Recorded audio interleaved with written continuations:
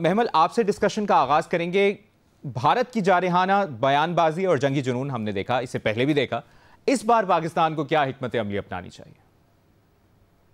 अच्छा, वैसे पहले तो मैं आपको बताती चलूं कि इंडिया में इसके बारे में सब कुछ के बारे में क्या कहा जा रहा है। मेरी उधर चंद सहाफ़ियों से बात हुई। मैंने उनसे पूछा कि इस तरह की जो बयानबाजी आ रही है, क्या ये सिर्फ डोमेस्टिक ऑडियंस के लिए है, क्योंकि आपको मालूम है कि बिहार के इलेक्शंस जो हैं वो आने वाले हैं और मोदी रजीम को जो है ऑलरेडी बहुत ज़्यादा फ्रंट से सुबकी हुई है। सबसे पहले तो आप देख लें कि जो मई में इंडो पाक कॉन्फ्लिक्ट हुआ था, उसके अंदर पाकिस्तान की तरफ से जो एक बुरी तरह से शिकस्त दी गई भारत को, तो एक तो वो वजह थी।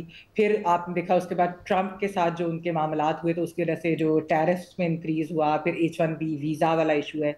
फिर आप देख लें कि जो खित्ते के अंदर या उनके इर्द गिर्द जो उनके नेबर्स हैं, नेपाल हो, बांग्लादेश हो, बाकी इस तरह के जो ममालिक हैं, उनके साथ नाराजगी। और उसके अलावा एक इंटरनेशनली भी उनको काफ़ी आइसोलेशन का जो है, डिप्लोमेटिक आइसोलेशन का सामना करना पड़ा।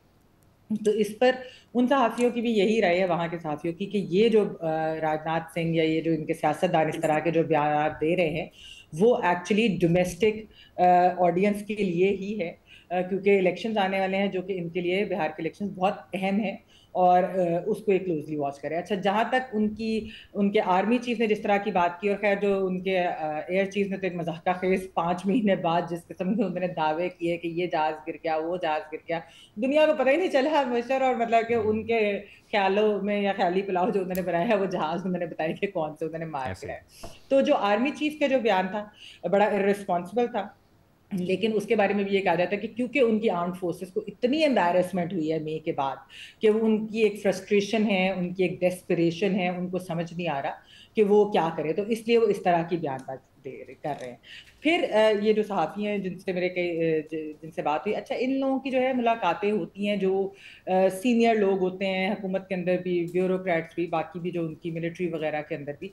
तो उन्होंने कहा कि देखें, इस वक्त हमने ऐसी कोई बात सुनी नहीं है।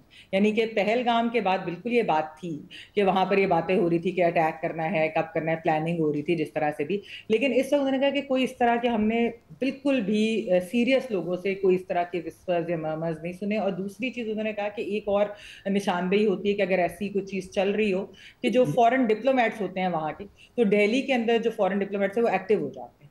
तो वो भी कोई चीज ऐसी, कोई मूवमेंट या ऐसी चीज नजर नहीं। हाँ, अलबत्ता जो एक बात जिस तरह खारासी साहब ने भी कहा, खारिज काम तो नहीं है, वो इस लिहाज से है कि अगर वहां पर कोई अटैक होता है, जिस तरह आपने पहलगाम के टाइम देखा था, पाकिस्तान का कोई लेना देना नहीं था, लेकिन उसके बावजूद उसको बहाना बनाया गया और पाकिस्तान पर अटैक किया गया। तो ये वाली चीज है, ये हो सकती है। पाकिस्तान को जो इसके अंदर करना है, वो तो ऑब्वियसली विजिलेंट रहना है। एक और खबर मैं आपको बशर देती चलूं, बहुत अहम, जी। वो ये कि भारत की, जिस तरह मैंने आपको बताया कि डोमेस्टिकली और एक इंटरनेशनली उनको जो सुक्की हुई है, तो जो उधर इस वक्त सबसे बड़ी खबर चल रही है वो ये है कि शायद वहां की कैबिनेट के अंदर जो है वो रीशफल हो, और उसके अंदर जो जयशंकर हैं, उनको उनकी रिप्लेसमेंट आ रही है, यानी कि उनको उनके ओहदे से हटा दिया जाए। तो ये भी काफी इस चीज के ज्यादा इम्कान हैं फिलहाल, ये कि बजाय इसके कि कोई भारत इस तरह का जो मिस एडवेंचर करने की सोचे।